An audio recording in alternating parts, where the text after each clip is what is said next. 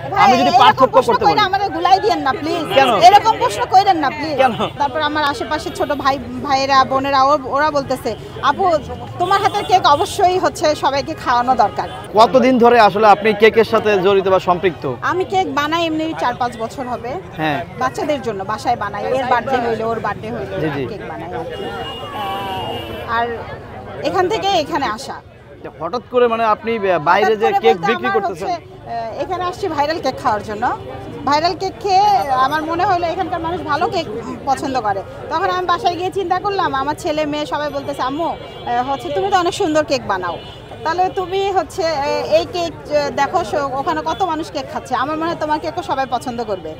তখন আমার ওই কথাটা হইলো যে আচ্ছা ঠিক আছে। তারপর আমার আশেপাশে ছোট ভাইরা বোনেরা ওরা বলতেছে আপু তোমার হাতের কেক অবশ্যই হচ্ছে সবাইকে খাওয়ানো দরকার, তুমি অনেক মজা করে কেক বানাও।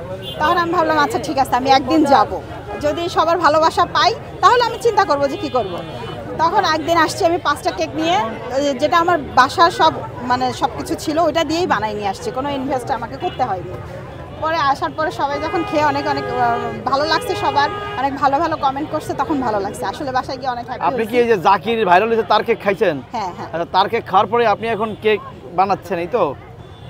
তার কেক খাওয়ার পরেই তো আপনি এখানে বিক্রি করতেছেন। এখানে আসছে। কার কেক ভালো, জাকিরের কেক ভালো না আপনার কেক ভালো? আমি তো সেটা জানি না, সেটা তো হচ্ছে আমার বলার কথা না। না, আপনি তো কেক খাইছেন, আপনার কেকও তার কেকও দুইজনের কেক আপনি টেস্ট করছেন। আমি বলি আমার হচ্ছে যেহেতু আমি আমার মতো করে বানাই, সবার কাছেই হচ্ছে এটা হচ্ছে মানে খাবারটা একটা অন্যরকম জিনিস। একভাবে বানায়, ও আরেকভাবে বানায়, এটা হচ্ছে অন্যরকম, সবার হাতে টেস্ট। আপনার কাছে কি মনে হয় আপনি আপনার কেকও বানানো কেক খাইছেন, আপনি তার কেকও খাইছেন? আমি যদি পার্থক্য করতে বলি আমারে গুলাই দিয়েন না প্লিজ, কেন এরকম প্রশ্ন কইরেন না প্লিজ। কেন? না আপনার কাছে অনেক প্রশ্ন আছে। আপনার কাছে আপনারটা তো বেস্ট নাকি?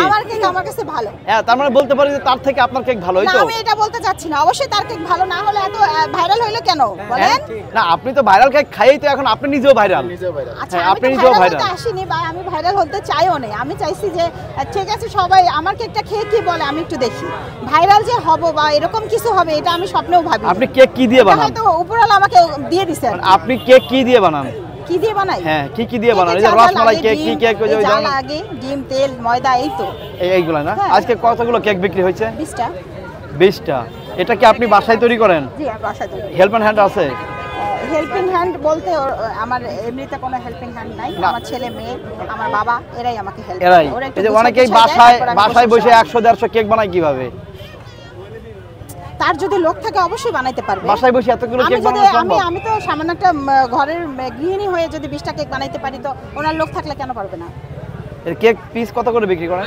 100 টাকা।